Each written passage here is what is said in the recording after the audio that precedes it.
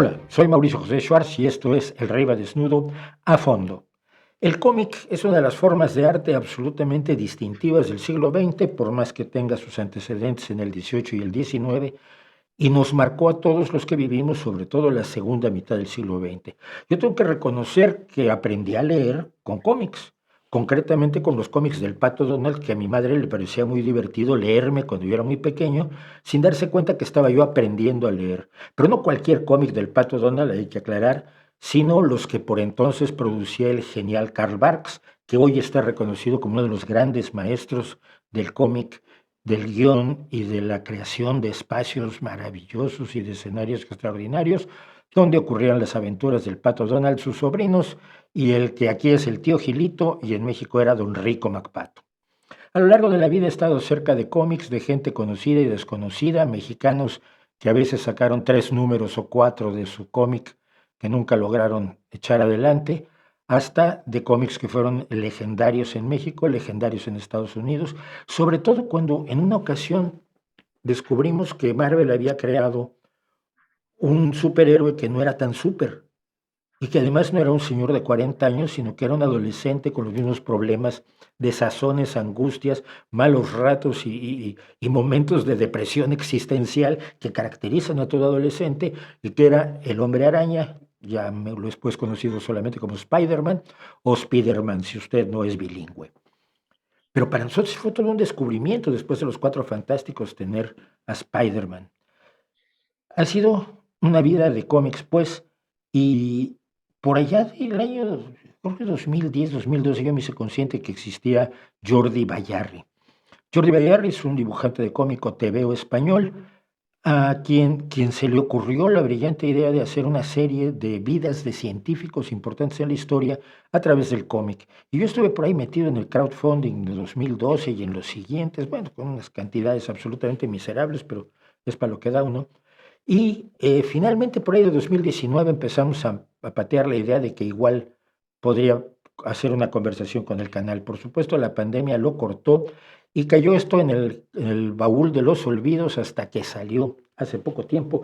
Y entonces, pues tenemos con nosotros, finalmente y después de todas estas veces, a Jordi Bayarri. Jordi, bienvenido, muchas gracias. Muchas gracias a ti por invitarme y me alegro mucho de estar por fin aquí hablando contigo. Jordi es licenciado en Bellas Artes en la Facultad de Valencia, ha publicado tebeos en diversos géneros, desde aventura, fantasía heroica, fantasía erótica, muy importante. Eh, por ejemplo, uno que en la propia Wikipedia dice que Alien College básicamente trata sobre colegialas con ropa ajustada luchando contra extraterrestres malvados, que nos recuerda toda la estética, por supuesto, de las portadas de la ciencia ficción de los años 50, ¿no? Que todas tenían unas mujeres espectaculares y unos héroes intachables. Eh, Creó una serie legendaria que es Magia y Acero y bueno, ha seguido trabajando y no sé cómo sobreviven los comiqueros o novelistas gráficos, si usted quiere, pero vamos a verlo a partir de hoy. Jordi Bayarri.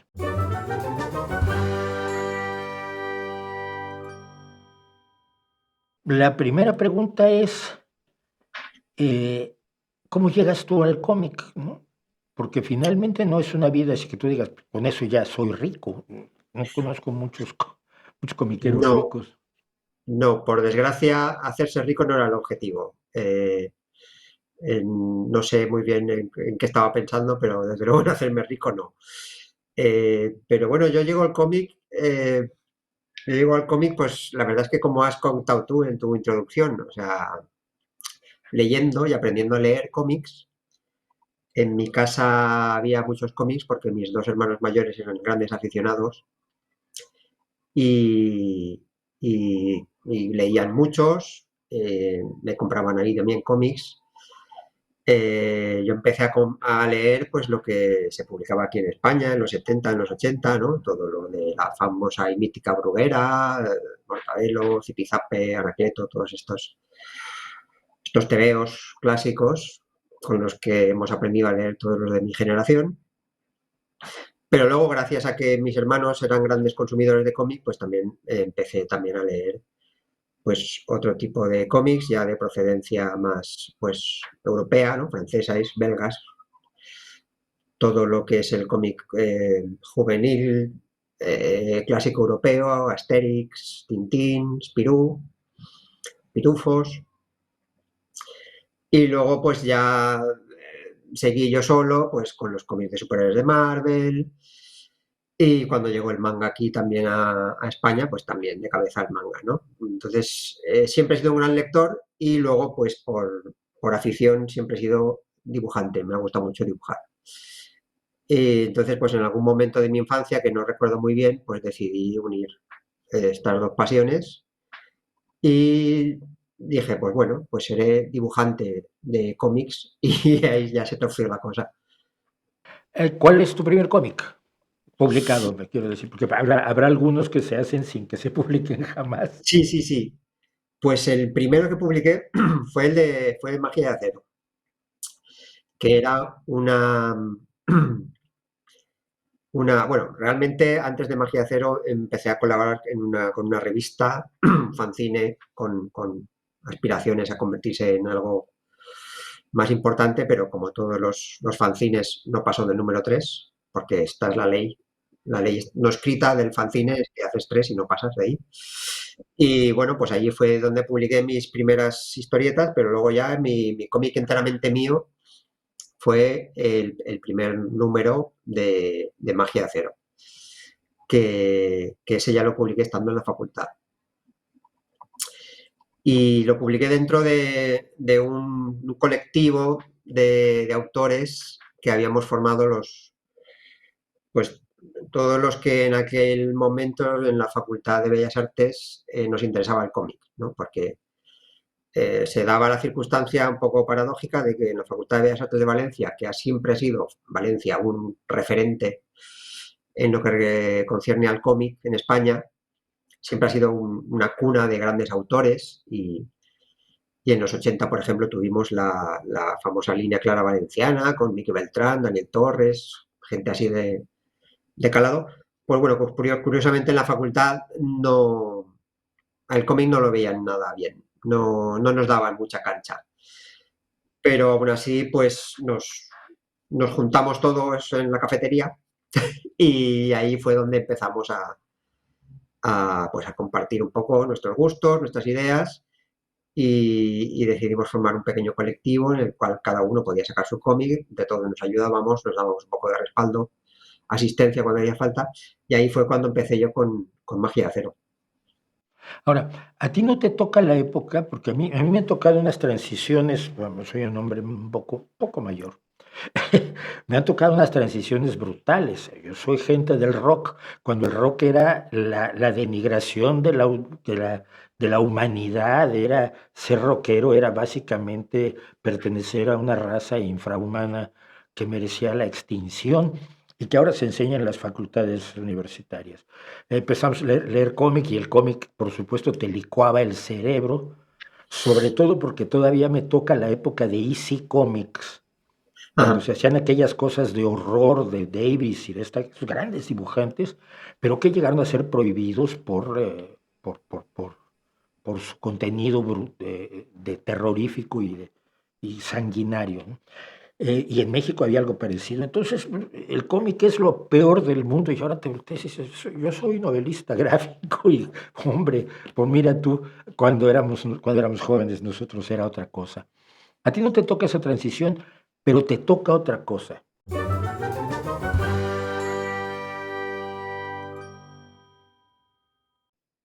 En los años 60, 70, la liberación sexual, el reconocimiento del erotismo humano, Playboy, Hustler, Playboy con los mejores escritores del mundo, dibujantes como Vargas, por ejemplo, que sacaba un dibujo en Playboy cada número, un dibujo maravilloso.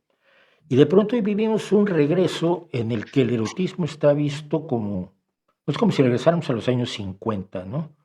Algo que debe ser ocultado, que no, que es para la habitación conyugal con la puerta cerrada con dos llaves, pero Y en ese mundo tú has creado Magia y en Serio y Alien College y demás. ¿Cómo has vivido esta transición a la remoralización que estamos viviendo?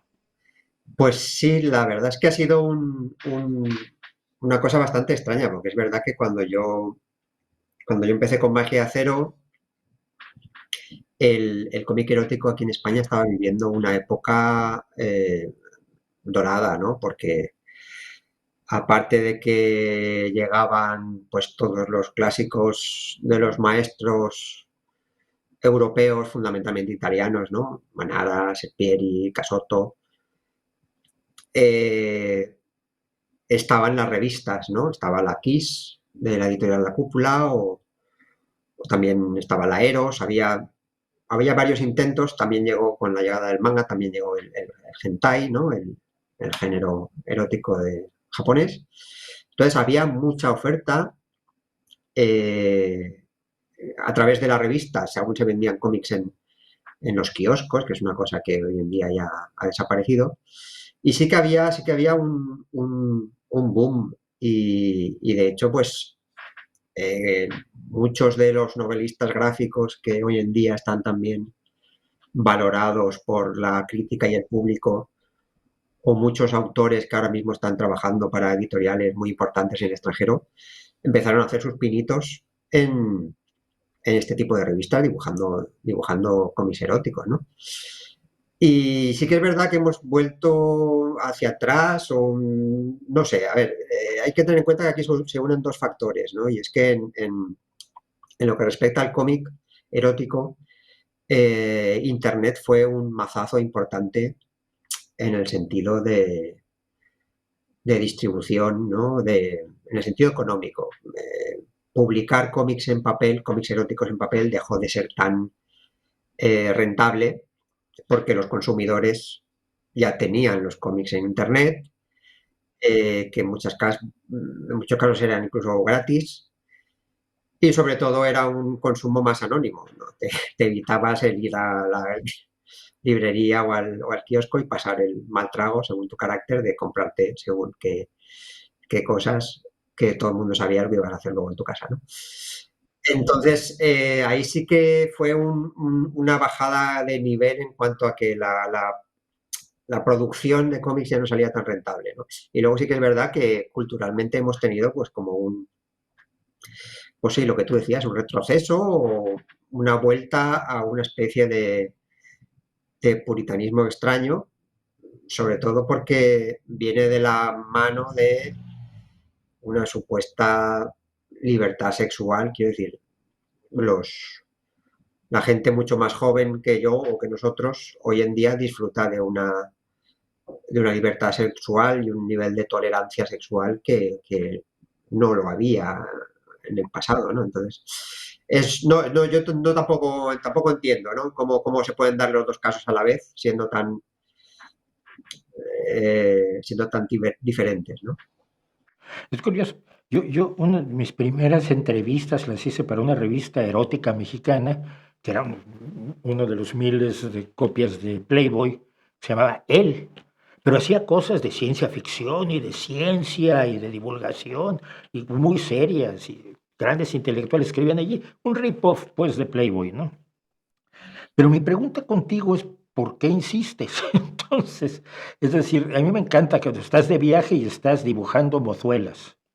Y constantemente estás dibujando mozuelas y mostrándonos, sobre todo en Twitter, que es donde te sigo, tus mozuelas. ¿Y cómo sigues sin que te linchen? O bueno, te han tratado de linchar, sí, ya lo sé, pero No lo sé, no lo sé. La verdad es que no.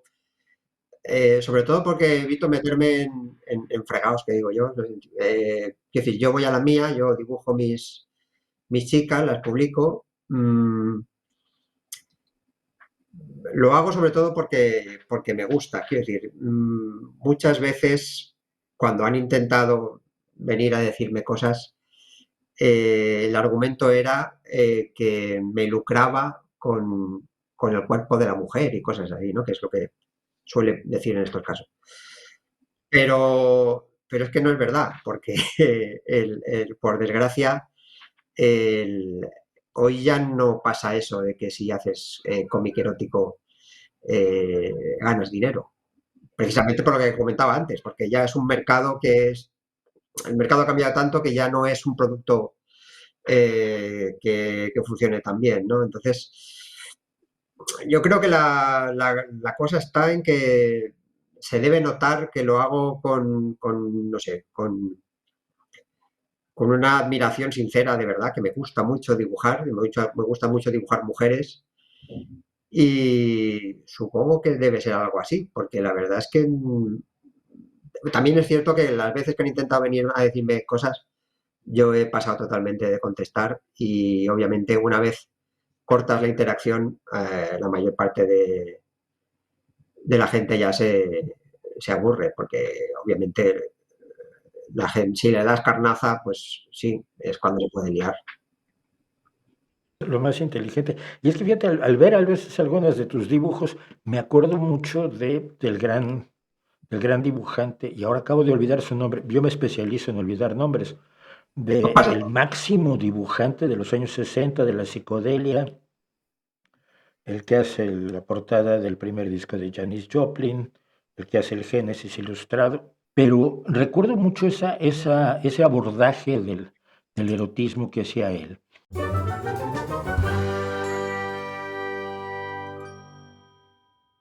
¿Cómo sobrevive un comiquero hoy? Pues en mi caso, bueno, a ver, formalmente lo habitual es que un autor de cómics en España, si sobrevive es porque trabaja para empresas en el extranjero. Ya está. O sea, por desgracia, aquí en España, bueno, excepto si eres Paco Roca, si quieres ganar dinero con tu trabajo haciendo cómics, tienes que ir a buscarte los garbanzos, como se suele decir, al extranjero, a editoriales americanas, editoriales francesas, que son las que tienen el volumen de venta que les permite pagar pues lo que de verdad vale hacer un cómic.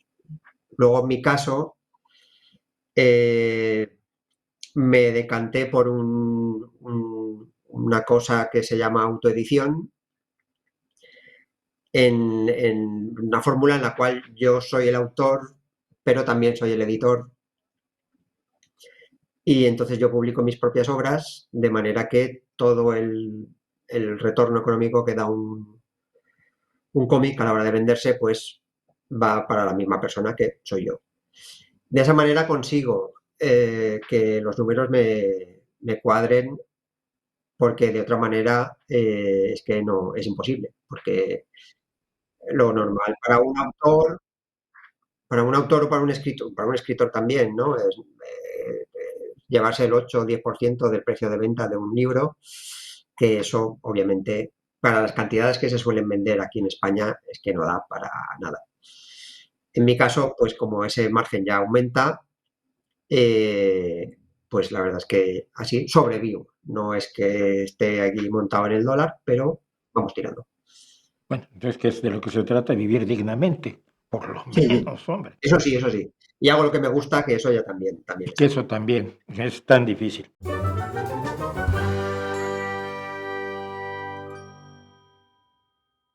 Yo contaba de los inicios del cómic y de grandes genios, pero hay una transición que se da en los años 80, 90, del cómic a la novela gráfica, que a mí hasta cierto punto me preocupa y quisiera tu opinión al respecto. Es decir, cuando se asume uno como un autor serio, relevante, importante, ¿qué tanto corta amarras con aquellas bases mismas que le dieron su vida y su sangre al género del cómic, ¿no? Esa capacidad de ser absolutamente eh, audaz en todos los niveles, en guiones, pienso en Will Eisner como uno de los grandes creadores de cuestiones gráficas absolutamente inéditas, pero de pronto alguien dice, ya no soy comiquero, ya no soy comic book artist, ya no soy dibujante o draftsman o artista, sino soy novelista. Como novelista te digo que tampoco es la gran cosa ser Sí, bueno, novelista, pero como que le da otra dimensión y como que la gente lo ve distinto. ¿Se pierde algo, no se pierde algo o es simple y sencillamente algo bueno que debe reconocerse? Yo la verdad es que no lo sé porque yo no me considero novelista gráfico. Yo soy autor de tebeos.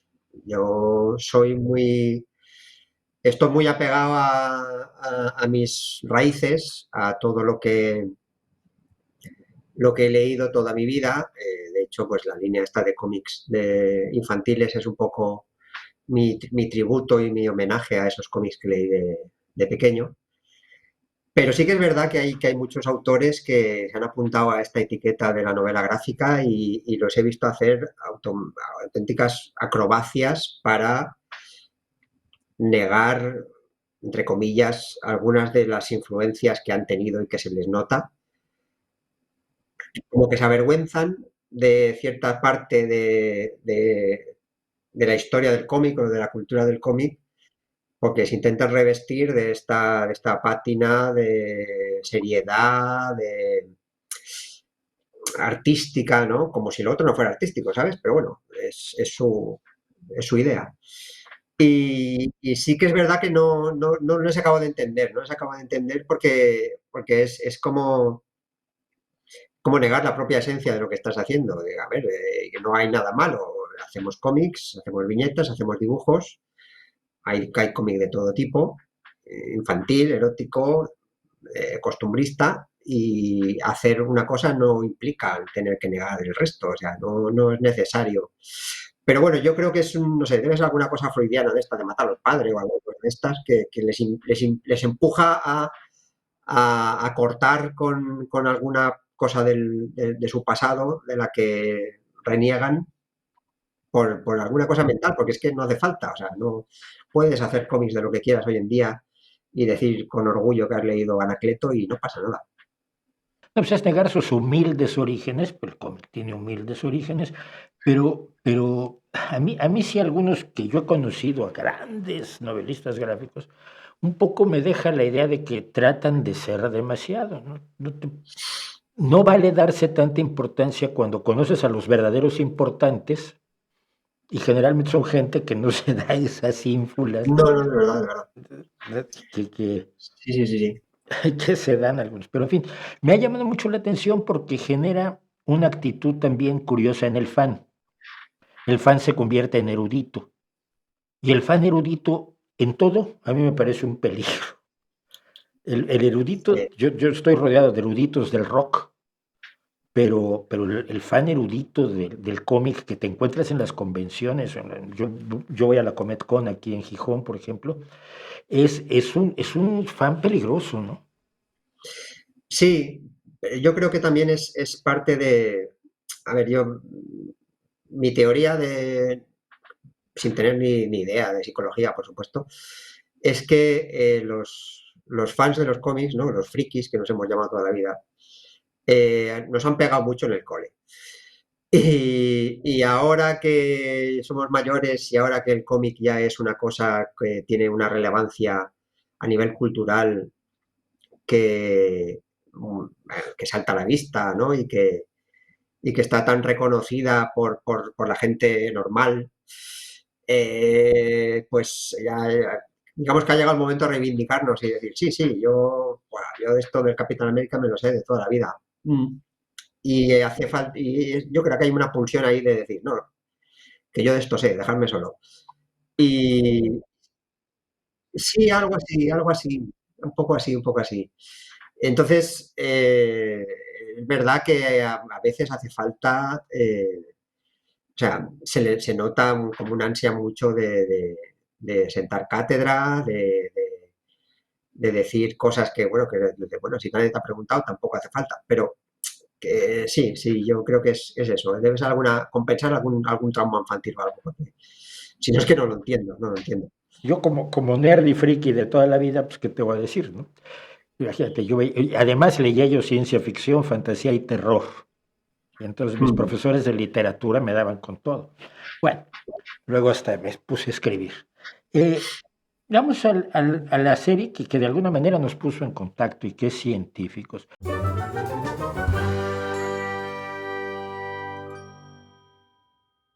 A mí me gustó mucho la idea desde un principio porque soy un constante evocador de las dos culturas que mencionaba obviamente un conferencista que acabo de olvidar ahora, eh, que es la idea de que la cultura artística está peleada con la cultura científica. La cultura humanística está peleada con la cultura científica. Y aunque hay muchos científicos que son humanistas y te escriben poemas y tocan el violín como Einstein, aunque fuera muy mal, pero lo tocaban, Mm. lo mismo no se veía del otro lado y esto se veía y se ve, yo lo sigo viendo como un enorme peligro, ¿no? Y entonces de pronto que alguien que está viviendo en el mundo, en este mundo maravilloso del cómic, diga, voy a abordar el tema de la ciencia para divulgar la vida de los científicos, me pareció fascinante. ¿Cómo nació esta idea? Pues un poco de casualidad y de que se juntaron varias circunstancias en un momento así muy concreto, ¿no? Como he dicho antes, yo quería hacer algo de cómic infantil, pero no sabía qué, ¿no? Porque yo quería seguir un poco la estela de los cómics que yo había leído de pequeño y quería hacer algo para niños, también porque a causa de toda esta transición a la novela gráfica, el mundo del cómic aquí en España se había volcado eh, en el cómic para adultos y, y había abandonado al lector infantil, pero de una manera pasmosa, ¿no? Yo creo que los editores o los autores, bueno, en general el mundo del cómic, como digo, había visto que habían llegado los videojuegos, los móviles, internet, tal, y los niños habían decidido pues abandonar la lectura de cómic, y pues decidieron no presentar batalla, retirarse del campo y decir, bueno, pues nos vamos a dedicar a hacer cómics para adultos, a hacer novelas gráficas que están mejor consideradas socialmente y pueden tener, bueno, otra salida económica más viable que hoy en día hacer cómics para niños, que donde está visto que el público pues les interesa otra cosa, ¿no? Y yo, como no tengo filtro y soy muy cabezota, pues yo sí, yo quería hacer algo para críos. Lo que pasa es que no sabía muy bien qué, no sabía muy bien cómo abordarlo. Entonces surgió que para el 2009, creo que era sí, 2009, que era el 200 aniversario del nacimiento de Darwin, pues un organismo de aquí de Valencia quería hacer un pequeño cómic sobre la vida de este hombre para enseñar a los niños de primaria, pues quién fue y por qué era importante y por qué se celebraba este aniversario de Darwin. También se celebraba justo el mismo año el 150 aniversario de la publicación del origen de las especies, ¿no? Entonces también había que hablar un poco no solo de Darwin como científico, sino también de su obra, ¿no? Del origen de las especies, de la evolución, etcétera, etcétera. Y me lo encargaron a mí. Y la verdad es que me gustó mucho hacer ese cómic y me gustó mucho el resultado también porque vi que a pesar de todo los niños se lo leían y sobre todo también que los adultos, ¿no? Los profesores, los padres, les gustaba, ¿no? Porque veían que efectivamente era una manera muy entretenida de acercar la ciencia a los críos. Y dado que la ciencia es un campo enorme y la historia de la ciencia tiene tantos temas y tantos personajes, dije, bueno, pues igual este es el camino que hay que seguir. Y a partir de ahí decidí seguir adelante con la serie. Y es cuando empecé a hacer pues las campañas de crowdfunding para financiar la edición. Y bueno, después de Darwin vino Galileo, luego Newton, Marie Curie, etcétera, etcétera, hasta ahora, que ya llevamos 13. 13, casi uno al año. Casi, casi, sí, sí. Mm, ¿Qué es lo que más te ha sorprendido de tu recorrido por las vidas de los científicos? Pues que, que por una parte sabemos menos de lo que pensamos de esta gente, a pesar de que son personajes muy famosos y muy reconocibles, eh, eh, la gente normal, entre la cual me incluyo, pues sabemos lo justo de cada personaje y cuando te pones a escarbar realmente descubres un montón de historias buenísimas, ¿no? No sé, yo con el de Newton descubrí que lo nombraron jefe de la Casa de la Moneda allí en Inglaterra y una de sus labores era perseguir a los recortadores, que eran unos tipos que recortaban el borde de las monedas para ir quitándoles material, que en aquel momento pues era material, eran metales nobles, oro, plata, etcétera, etcétera, y así ir acumulando ese tipo de cosas. Pero claro, le quitaban valor a la moneda porque en ese momento las monedas valían lo que eran, ¿no?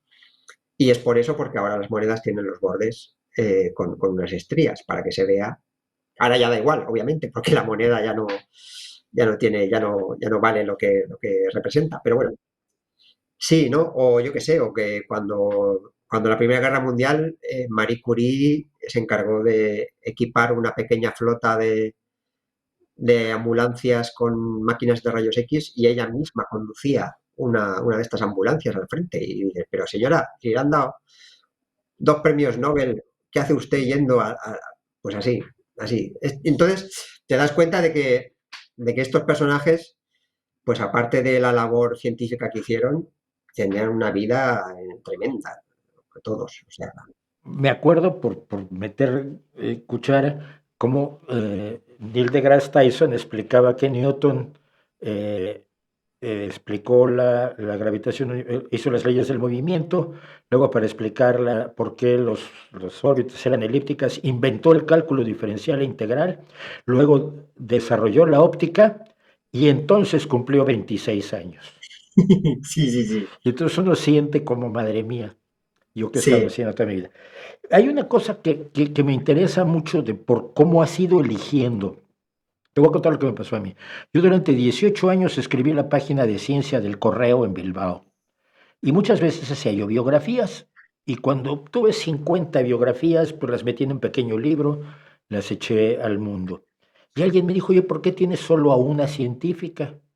Y pues, la verdad no me di cuenta, no es una exclusión voluntaria, simplemente pues, así se dio, pero ya que lo mencionas, soy imbécil. Y entonces empecé, no por ser mujeres, aclaro, sino empecé a ver la obra de gente que tú has manejado, que Ada Lovelace, Mary Anning, que soy fan absoluto de ella, Hipatia. ¿Tú esto lo valoraste desde un principio? ¿Tengo que tener un cierto equilibrio o es natural? No lo valoré desde un principio, pero sí que cuando ya llevaba la serie bastante avanzada me di cuenta que tenía que poner el foco también en las mujeres. A ver, yo cuando empecé lo que quería era conseguir que la serie tuviese cierta entidad y llamase la atención. Y obviamente, o por lo menos en aquel momento, lo más fácil era ir a los nombres más reconocibles. Por eso empecé por Darwin, Galileo, Newton y Marie Curie, por supuesto, porque Marie Curie es un fenómeno y son estos nombres que la gente los reconoce, ¿no? Una vez ya cogimos carrerilla, pues ya eh, pude dedicarme a hacer otros personajes que no eran tan conocidos.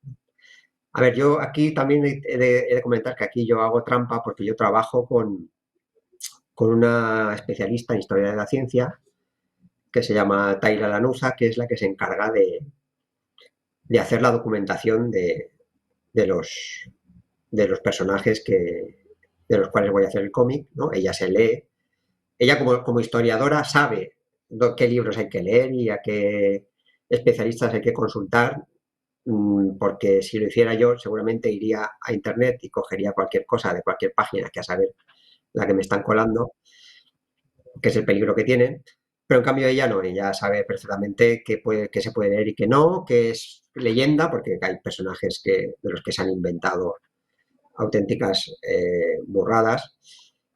Y entonces, claro, eso a mí me da cierta seguridad porque yo a la hora de hacer un cómic, yo sé que la información que ella me pasa es fiable y yo con los ojos cerrados ya puedo preparar el cómic que sea, ¿no? Entonces, con ella es con la que trabajo un poco el tema de los personajes que hay que hacer y tal, ¿no? Y nos preocupamos sobre todo de que haya variedad en cuanto a la época, ¿vale? No, yo tampoco quería hacer científicos de 19-20 porque, o sea, sí, obviamente hay que hacerlos, ¿no? De vez en cuando, pero a mí es que me aburre mucho, ¿no? Porque al final son todo gente con bata en laboratorios. Es un poco así, es un poco aburrido, ¿no? Y a mí me gusta dibujar variado. Por eso intentamos manejar, pues eso, diferentes épocas, también para hacer una imagen de la historia de la ciencia lo más eh, general posible, ¿no? Y que la gente entienda que la ciencia realmente empieza mucho atrás en el pasado, con Aristóteles y con esa, cuando se llamaba filosofía natural, etcétera, etcétera, ¿no? Para que vean que el interés científico del ser humano no es una cosa del otro jueves, sino que es desde siempre, ¿no?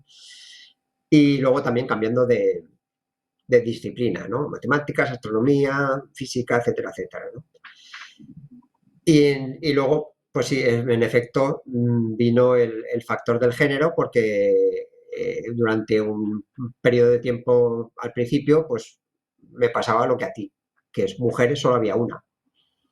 Y la verdad es que sí que había una demanda real por parte de los lectores que querían saber más sobre las mujeres científicas.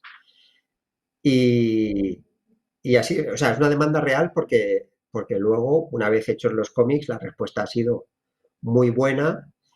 Hoy en día es curioso, pero en ferias y en salones del cómic y tal, que suelo ir a poner el stand y que la gente pueda comprar los cómics, los cómics de mujeres científicas tienen mucha más demanda que los de los varones. Y también se nota que a la hora que a los niños, a la hora de hablarles de la ciencia en el cole, también les inciden, ¿no? Les ponen un poco el foco en las mujeres porque antes no conocían a nadie, excepto a Marie Curie, y ahora ya se les ve, sobre todo a los críos, como más metidos en el tema y ya saben, mira, Da Lovelace, mira, tal, esta la dimos en clase. Entonces, ya digo, es verdad que en un primer momento no te das cuenta, pero una vez abres los ojos y dices, ah, pues sí, es verdad, y te esfuerzas un poquito en darle ese espacio que se merecen, ya digo, es una demanda real, es una necesidad real de que tienen los lectores, ¿no? Entonces, en ese caso está muy bien porque también son personajes que tuvieron una vida muy interesante y que son historias que está muy bien contar. Aquí yo siento que son simplemente inercias sociales. Lo que pasa es que luego te acusan de mala voluntad cuando no la hay, cuando lo que hay es realmente inercias sociales que, bueno, vamos tratando de Sí, sí, romper, sí. pero nada, pero claro, luego viene el dedo acusador, dices tú, no, a ver, espera, que no, no era, Sí, no sí, era la intención.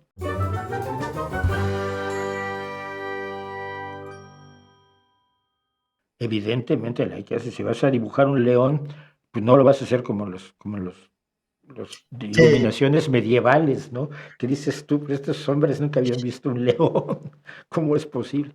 Y esa parte de la documentación visual del dibujante es mucho menos transparente para el público normal y corriente, ¿no? Cómo decides cómo se viste el centurión, pues al menos tienes que haber ido a ver un centurión, de, de preferencia no de Hollywood, para darte una idea. Y es una parte de documentación, y no solamente en científicos, ¿no? Tú has hecho algunas otras cosas de historia, y incluso en Magia y Acero, pues, había la creación de una ropa y de un entorno visual que fuera acorde a la narrativa, ¿no? Sí, yo creo que es que los dibujantes siempre somos de fijarnos mucho en todo.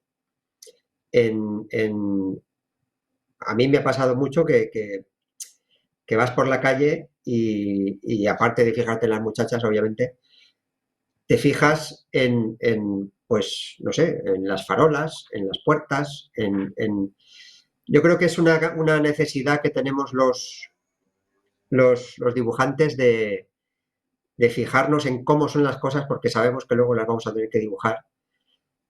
Y si no aunque tengas una foto, aunque busques en internet una imagen, si no la has visto, no comprendes la tridimensionalidad del objeto y no consigues luego plasmarlo en el dibujo, ¿no? Entonces, yo creo que no diría de formación profesional, pero sí que es verdad que nos solemos fijar mucho en todo. Yo recuerdo cuando vi la película esta de Persiguiendo a Amy de Kevin Smith, que están en una escena, están dibujando Ben Affleck y Jason Scott Lee, uno dibuja, el otro en tinta, y mientras están dibujando, el entintador, Jason Scott Lee, le dice, me gusta mucho esta farola que has dibujado en esta página. Y dice, sí, mira, es la de la esquina de la calle 15 con no sé qué. Y me hizo mucha gracia porque es que es eso, es que es así. O sea, es que vas por los sitios, te fijas en las cosas y esa acumulación de información visual luego te sirve para los cómics. Y, y al final te das cuenta bueno, de que al final pues todo lo que vas viviendo, ya sea, luego ya puedes hacer un cómic más realista o más costumbrista o puedes hacer un cómic de fantasía, pues quieras que no, pues lo vas a usar todo. Sí, porque además tengo yo muy claro que el cómic ha influido enormemente en las otras artes visuales de nuestro tiempo, el cine y la televisión, ¿no? Iluminaciones de cómic o composiciones de cómic, que luego se las levanta completamente un director de cine, y cuando lo ves tú dices, oye, pues si esto ya lo había hecho aquel, por lo Sí, menos sí. pone abajo idea original de... Porque es muy fácil robarles las ideas.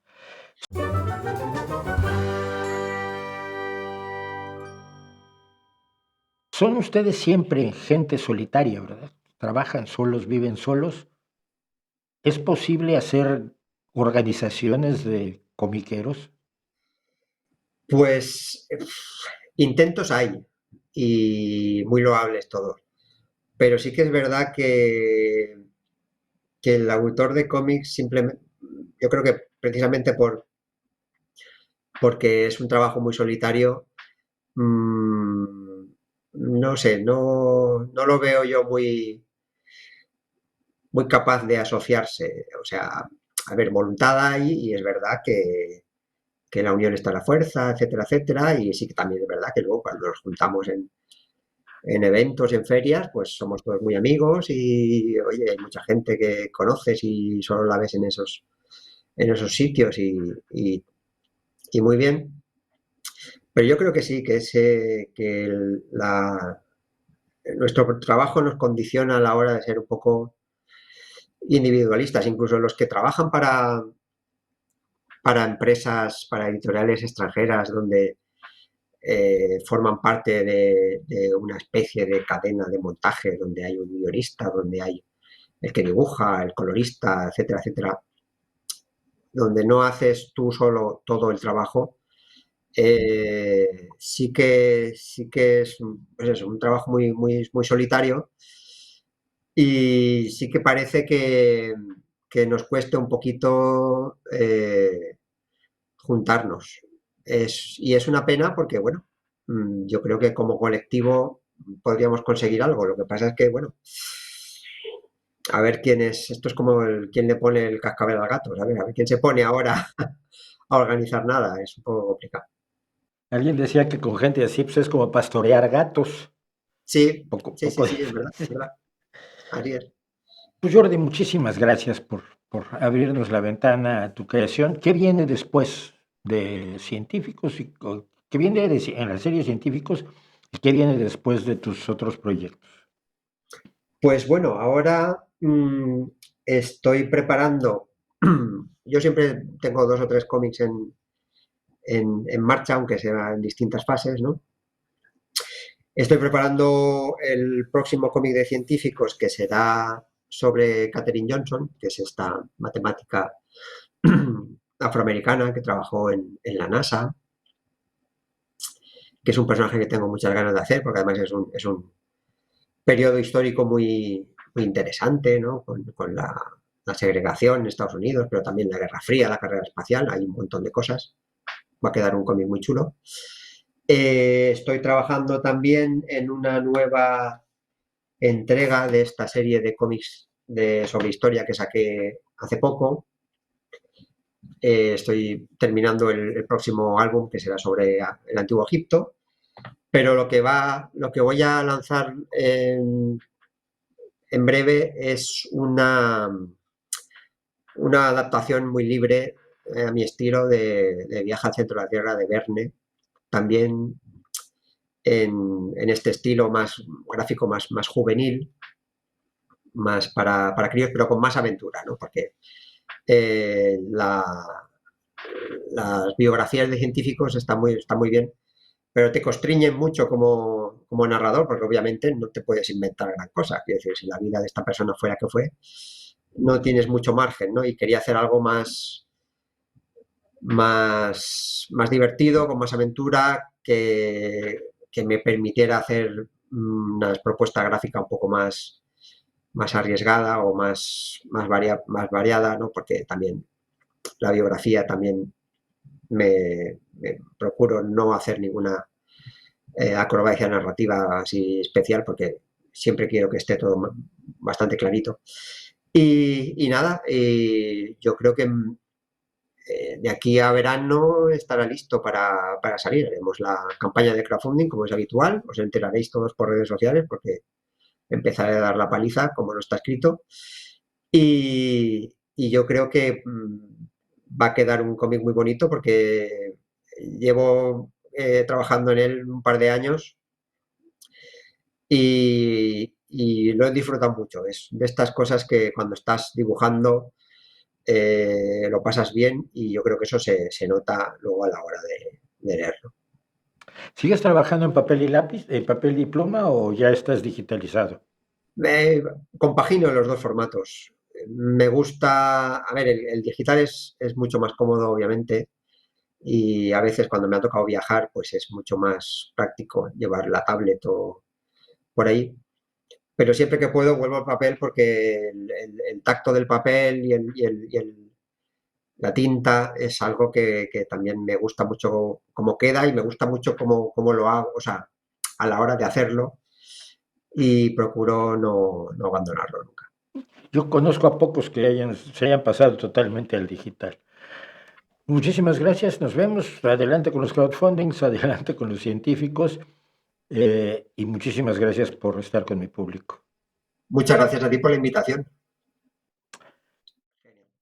Yo no creo que el cómic vaya a desaparecer, no creo que esté en vías de desaparecer. Quizás será digital, quizás se seguirá el camino que empezamos hace muchos años cuando hicimos los primeros fanzines en disquetes, pero la imaginación visual para contar las historias eh, creo que tiene todavía un enorme futuro, a veces un tanto pomposo y a veces un tanto humilde como es en sus orígenes, pero yo sigo siendo un lector de cómics, sigo siendo un humilde lector de cómics, tengo todo mi Asterix y Obelix que todavía recorro y creo que es una parte fundamental de nuestra cultura y no podemos permitir que se pierda porque pasaron suficientes siglos sin cómics como para que ahora decidamos no seguir con ellos. ¿No cree usted?